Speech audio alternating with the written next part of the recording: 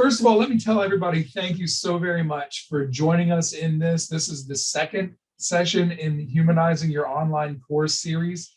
The workshop series is a collaboration between the CTL and the Learning, Design, and Technology Department at the University of North Carolina, Charlotte. And the goal is really to provide hands-on, meaningful, immediately applicable strategies to help humanize your online course. So build connection, build space, build awareness with your students, with the instructor, with the content to help the students just really immerse in the situation and have a strong experience. So today we have Dr. Beth Oyarzun. She is assistant professor. I'm sorry, I should have looked that up. Assistant professor in the Learning, Design, and Technology Department. And she is involved in all of our all kinds of things with the CTL. And so I heard her name long before I met her. And this is actually our first time working together. So, but she is going to talk to us today about instructor social presence, which is a very powerful topic in humanizing your online course, in instructional design, and in online teaching in general.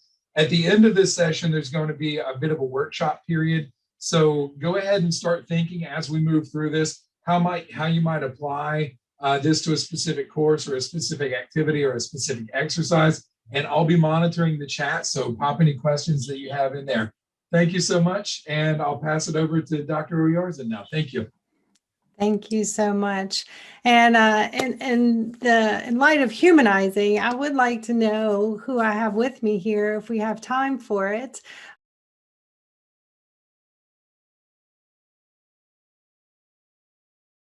Wonderful. And is there anybody I missed? I think I got everyone. Okay, well, if I didn't, please let me know. If somebody hops in, Fred, let me know as well. Well, let me give you a little bit of background about myself.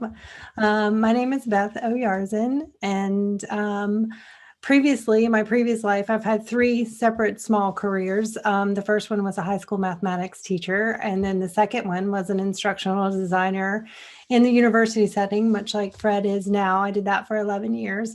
And then I've joined the faculty ranks, and I've been in this role. This is my 4th year now in faculty. And the Learning, Design, and Technology program here at UNC Charlotte is a master's program that's delivered fully online asynchronously. That is my preferred method of teaching, although I do some synchronous as well. So some of these methods can, that I'm going to show you today, can translate from synchronous to asynchronous. But anyway, this program trains people to become instructional designers, and so and to teach online. So we have a lot of courses that are similar to CTL's training courses, except they're the semester-long courses for students, and that's why CTL and us are good partners for these kinds of events. So I taught my first online class in 2005, and I did it horribly, horribly wrong. And at that time, there was absolutely no support and very little research in the area. So I like to tell people, please learn from my mistakes and what I've learned over my, my years of experience of teaching. So it's nice to meet you all, and I thank you for having me, and I hope you can get some ideas out of what I'm going to share today.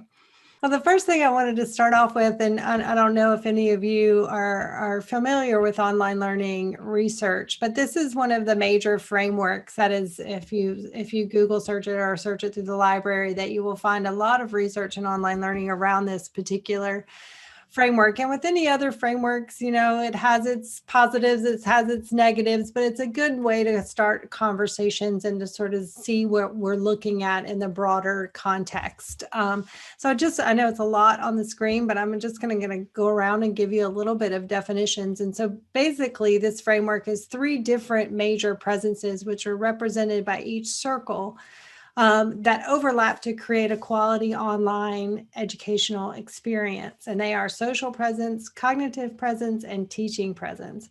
And the idea is that in online, some of these things happen innately face to face. Like if you walk in a classroom, people can see how you're dressed. They can see what kind of watch you wear, if you have on a wedding band, your taste in jewelry. So some of your, or not, some of your personality is automatically, they can automatically make some assumptions about you by walking into the classroom, the stories that you tell. Working in the online space, it's a little more difficult to have those things come through. And so you have to more intentionally plan for these, for your personality to come through. So that's the social presence, your social sort of personality. Teaching presence is the design and the facilitation of the course, which we all spend a lot of time doing, right? That's the content and the assignments and the assessments. And then the cognitive presence is the activities that you're having the students do around those contents, or the discussions, or the, how they're diving into thinking about what the course is about. So really the instructional social presence falls into that overlap of teaching and social presence, which is called setting climate. So you are in charge as the instructor to set the climate for the course. A lot of people do that the first day they walk into a face-to-face class. They have to go over the syllabus. This is what it's all about. This is how I view the content. And so that's really what this idea of instructor social presence is how you do that in an online class and project your personality within it. And feel free, I'm very interactive. So if you have questions, unmute, chat, talk. So does this make sense? And then the overlap of the other two are selecting the content and supporting discourse, or having students interact with one another. But the idea we're really talking about today is in this setting climate and instructor social presence space. Okay. So the definition of this is the ability to project yourself as a real person through a digital medium. And I just like that picture there of the person putting themselves through the computer. So I want to hear from you just for a moment, and you can type in the chat or you can open up your mic. What do you think of when you think of a real person? What does that mean to you?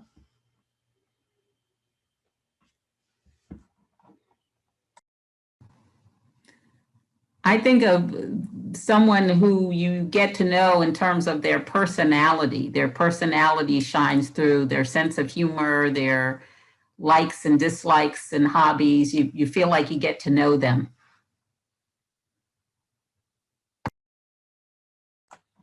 Wonderful. So like personality, sense of humor, hobbies outside of work, others? Any other thoughts about what a real person, someone students can actually see and connect with? Emotion, reaction, insight, mannerisms, energy, Lorenzo says, personality. Anything else? Has similar experiences and interest. So it's a more dynamic view of a person than what you can usually see through an image or a picture on a screen. And I like to also include in this definition as a flawed person. A human person is a flawed person, right? Not a perfect individual. Because I think a lot of times when you develop content for online courses, or when people initially are developing their online courses, that this video has got to be perfect. I can't say if or I can't, if I type up this content, there should not be any spelling mistakes, or it's got to be, it's a perfectionism that I don't think you need to have such an eye on. And this is why I don't watch my videos, because I make them and I make the students watch them, but I have trouble watching them because I cringe a lot. And I see all those mistakes, those ums, and me thinking by putting my eyes up like this and going, and I don't care for that, but they enjoy it because they are able to see me more as a human person. I tell my students all the time that if they see something that's not quite right, say something. And I actually have a little content. I was like, if you see something or in the course, if you're the first one to find an error in the course, I'll, I'll give you a freebie discussion pass. I try to make things a little bit fun, and also, reinforce the fact that it's not perfect. Even though I've spent 60, 80 hours designing this, I'm sure that there's something I've forgotten, and I'm sure you can find it. So it kind of makes that fun as well. Any other thoughts about real people in online? Fred says he edited the video from session 1 and had it about 2,000 ums in it. Yeah. There were a lot. And There were- Amanda had a really good thing with her videos, when she said she makes mistakes in videos for class, she just has a call in when she's editing it where something will fly in and make the correction, which is great. That's cute. Yeah. So I think we have to, as online course designers, sort of forgive ourselves for that and realize that it shows that we are human, and not hold ourselves to a high standard. You can hold them to high standards for the content, but realize that it's never going to be perfect. And an online course, particularly, design is iterative. So you're always going to be continually improving it along the way. So one thing that I wanted to start off with is your personal details and perspectives. A lot of you mentioned that personality is part of that real person definition. And so I think that that's one thing that's important to include is some of your personality and who you are outside of this online course. And you can do that in various ways. But I do it in a couple of different ways, and I was going to show you now. This is my Meet Me page that I have in pretty much all my courses, and I vary it and I update the pictures, but you can see the top picture there is of my family.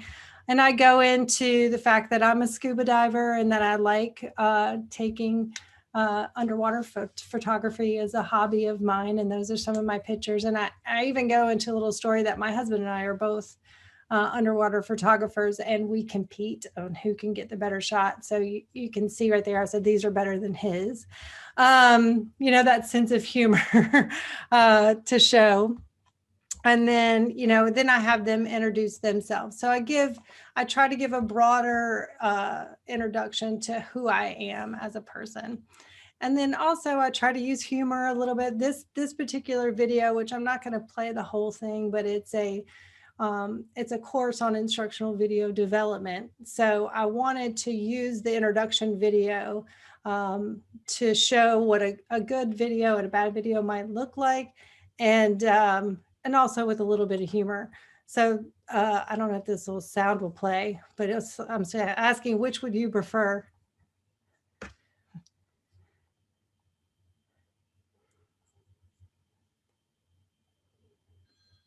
See, my phone rang, right? So I was just trying to be entertaining and show what a bad video might look like. And then I go into my green screen and do a little bit more professional one.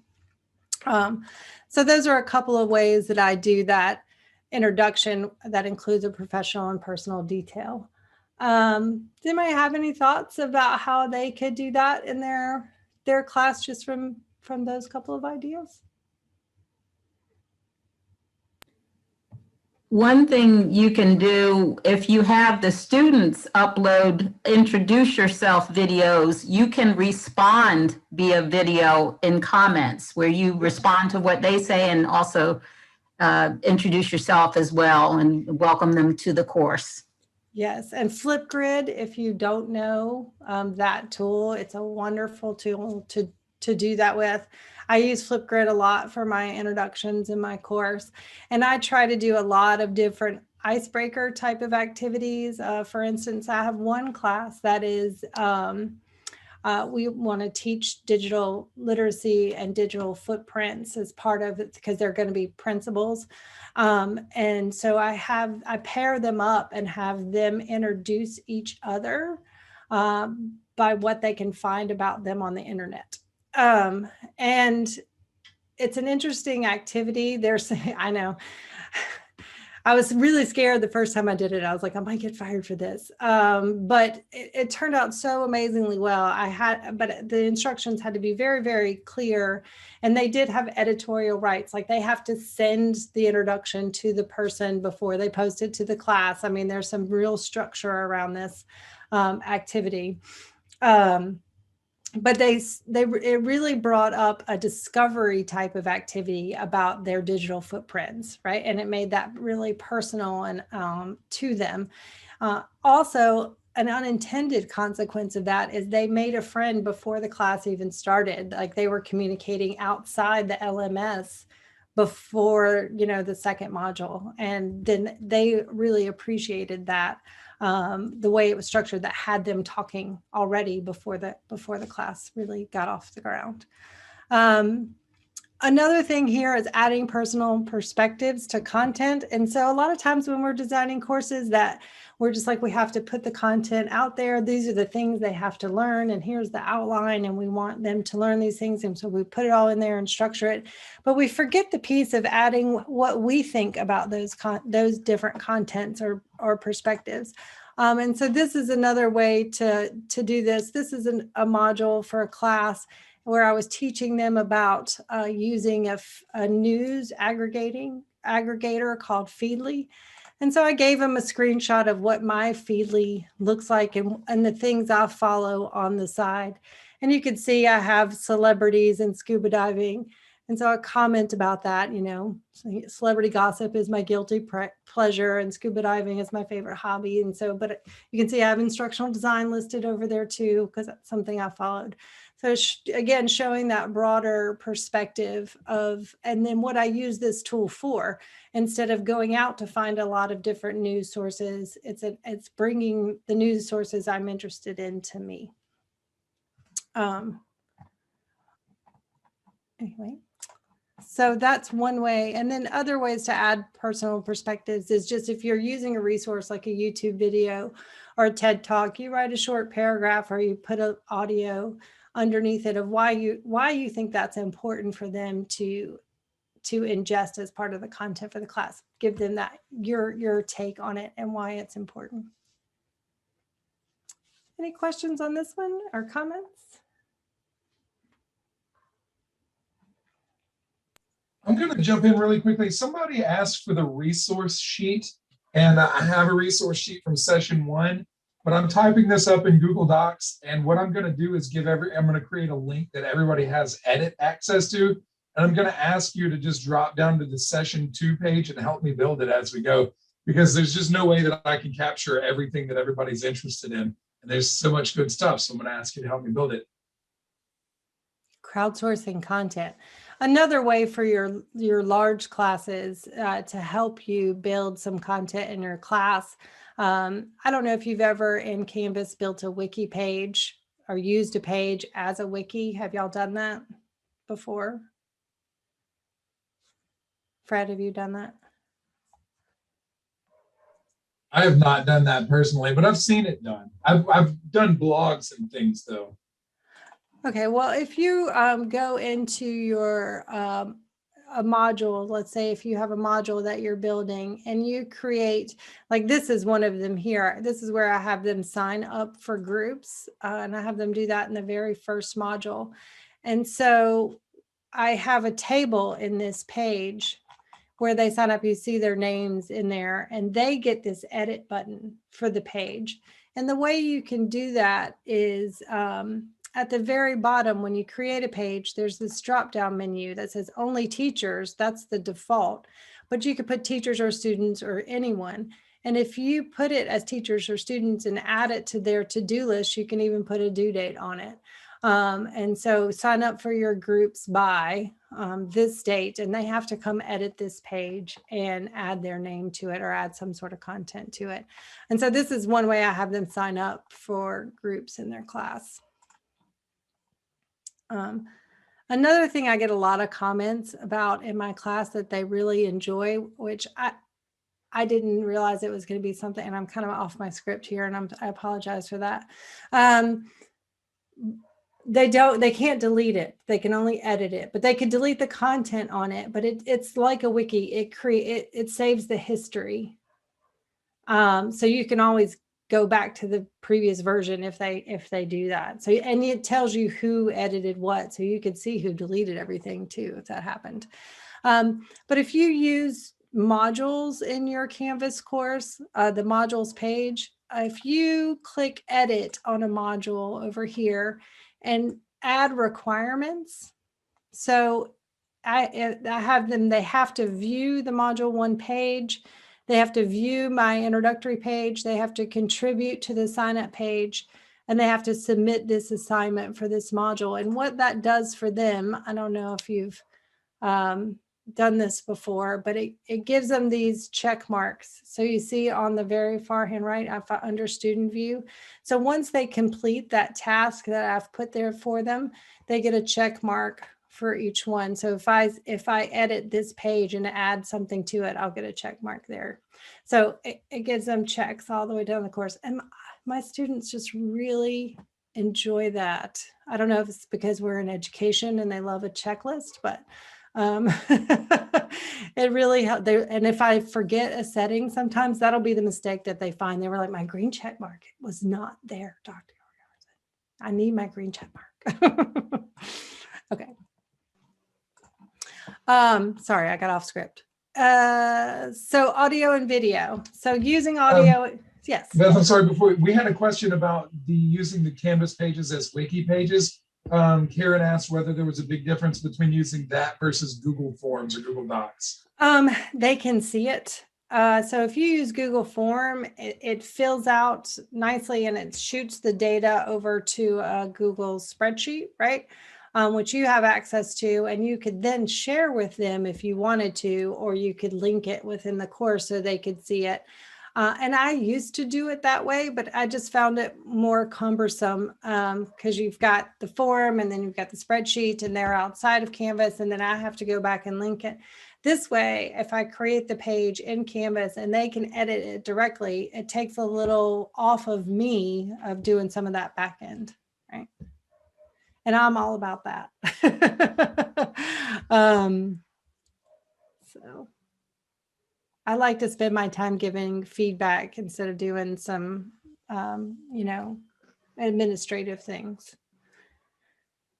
So for audio and video, I'm a big fan of using audio and video. So you can do this in lots of different ways within the content of the course.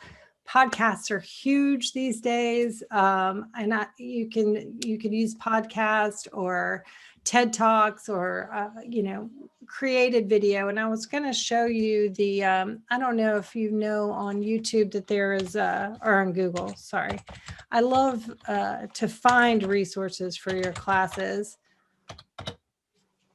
If you can go into settings, so if you search videos, for example, you can go into settings and tools and do an advanced search. But if you just click tools, you could do any time, which is like the past year, maybe. You could do any quality, say I want high quality. And for us, being that accessibility is very important, you can even make sure that it's closed captioned, right? So, and you can make sure, you can even pick what source you want it from. And so if I clicked, give me a topic from one of your classes, digital citizenship. And I have all these parameters on, it's only going to give me high quality video with closed caption. And this is a big instructional technology organization. So I know that's probably a pretty trustworthy resource to use in my class.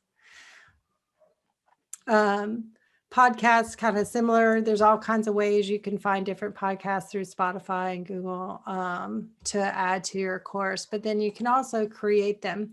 I do that quite frequently. And in Canvas, there's a way to do that. If you go into your grade center, you have just this video button down at the bottom where it says record media. And once you allow this, you can record it directly in the grade center.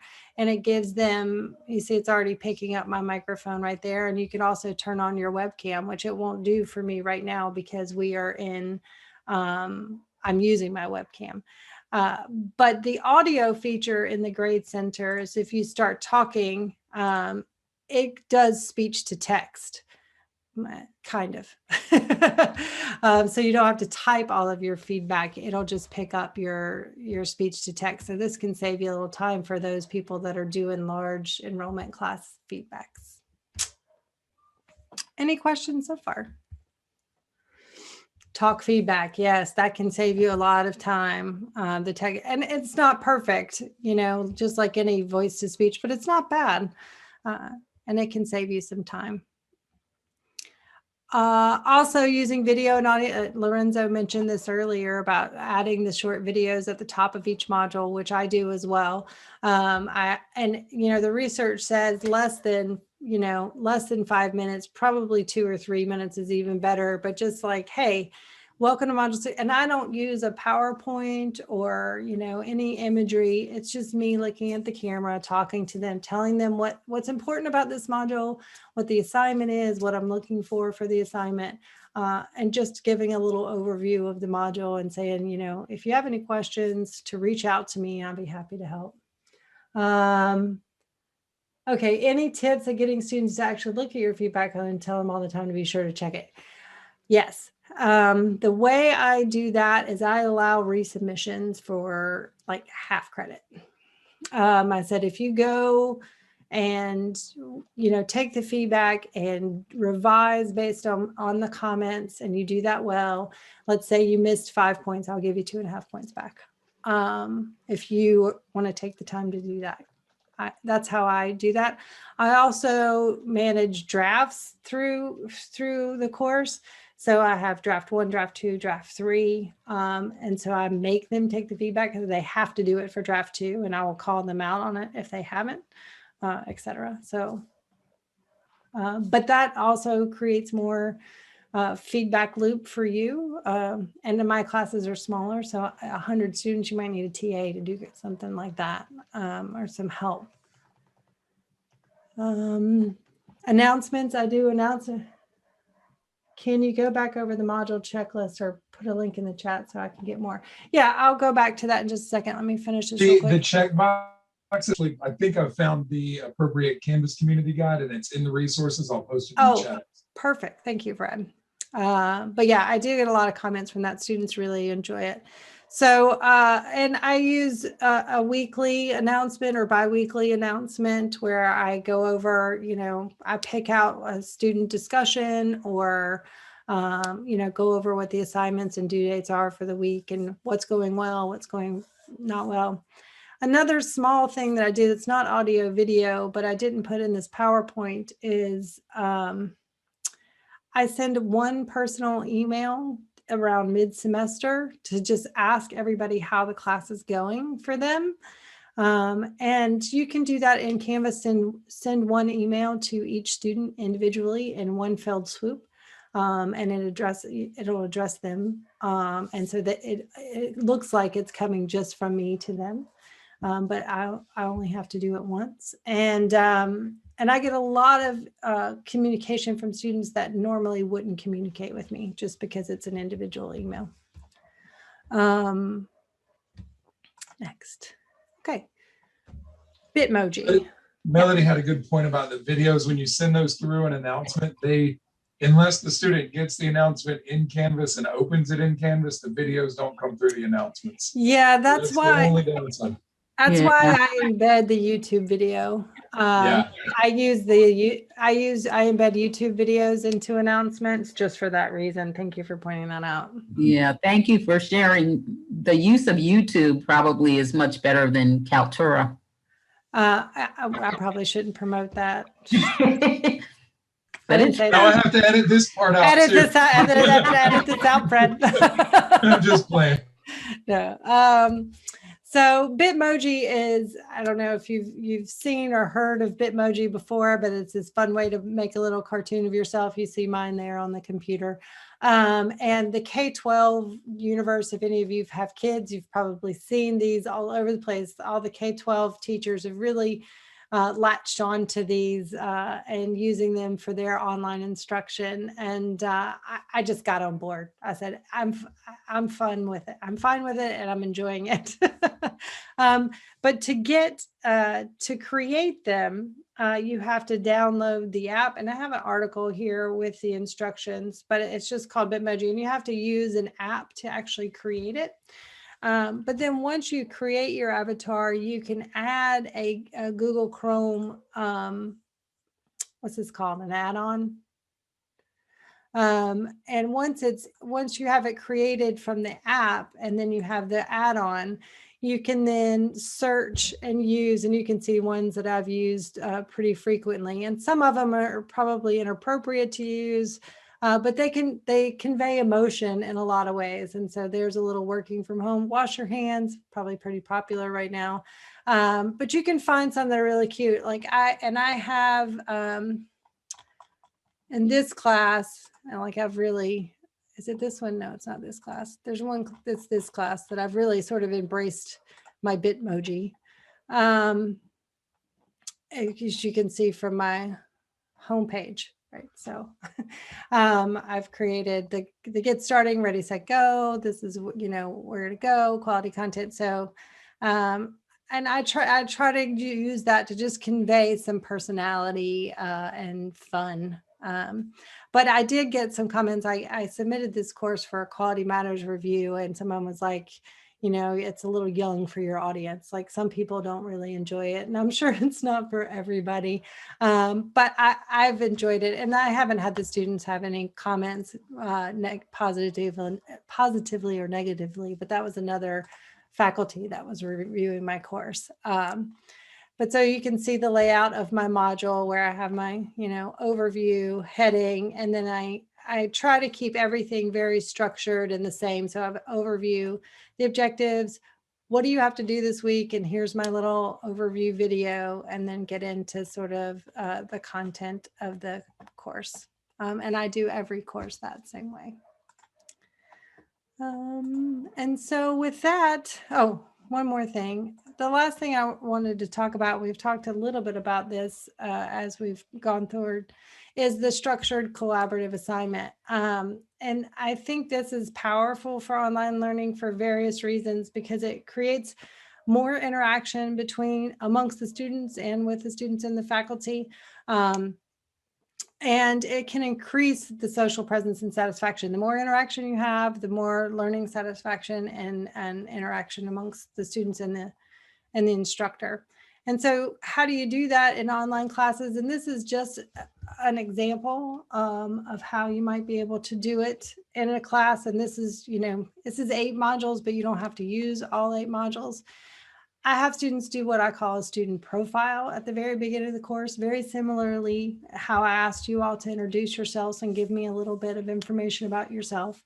The student profiles work similarly, and you can do that a lot of different ways. They can make an infographic. They could make, they could just type information about themselves. But a lot of times I make it about how you work in groups. Are you a night owl? Do you like Google Docs, or do you prefer some other method of communication? Because just randomly assigning groups in online courses is very hard, because a lot of people are working adults, or they just they have different schedules. So these profiles help them either group themselves or give me enough information to sort of group them. And I do not shy away from group work in online learning. They have to do it. But I do make sure that it's not just one submission at the end of the class, that they have various different things to do throughout the semester, and they get to evaluate one another, and they get several checkpoints or different pieces of the project along the way, like an ABC, etc. And I was going to show you an example of that. This is a professional learning network project that I have in one of my classes, where they have to group themselves, and you saw my group sign up sheet. So I don't go in and use the group tools, and they group themselves mainly. And they have to create a professional social media account on some platform of their choice. Each group member doesn't have to do the same one. They have to pick a topic around instructional technology that they want to research. So there's this power of choice, right? That they are driving some of their learning, that I'm not feeding it to them as well. And they follow people, they follow organizations, they have to post to some sort of article or video that they find, or to their social network page. And they have to report about how many likes they got, or comments, or this or that. So that as you can see here, there's just various parts to this. And for each part, they submit maybe a paragraph about how it went, and, but they have to do the task and they have to talk to each other. And at the end of this, they collectively as a group create a presentation about what they learned around their topic with their professional learning social network. Anyway, so that's an example of that. And it's about 2:45, so I wanted to give you some collaborative work time. Like he said, this is sort of a workshop, and I'm happy to help you think through any of the ideas that we've gone over and sort of help you either go into breakout rooms and talk about it, or however you want to see this moving forward for the next 15 minutes or so. And then on this last slide, I'm going to give you these references. These are some research articles that are support some of the things I was talking about today, if you're interested in reading further about it. And this is one of mine on instructor social presence. Thank you so much for everyone who came. Thank you so much for Dr. Oyarzun for doing this workshop for us. And we very much appreciate your time. Thanks for having me.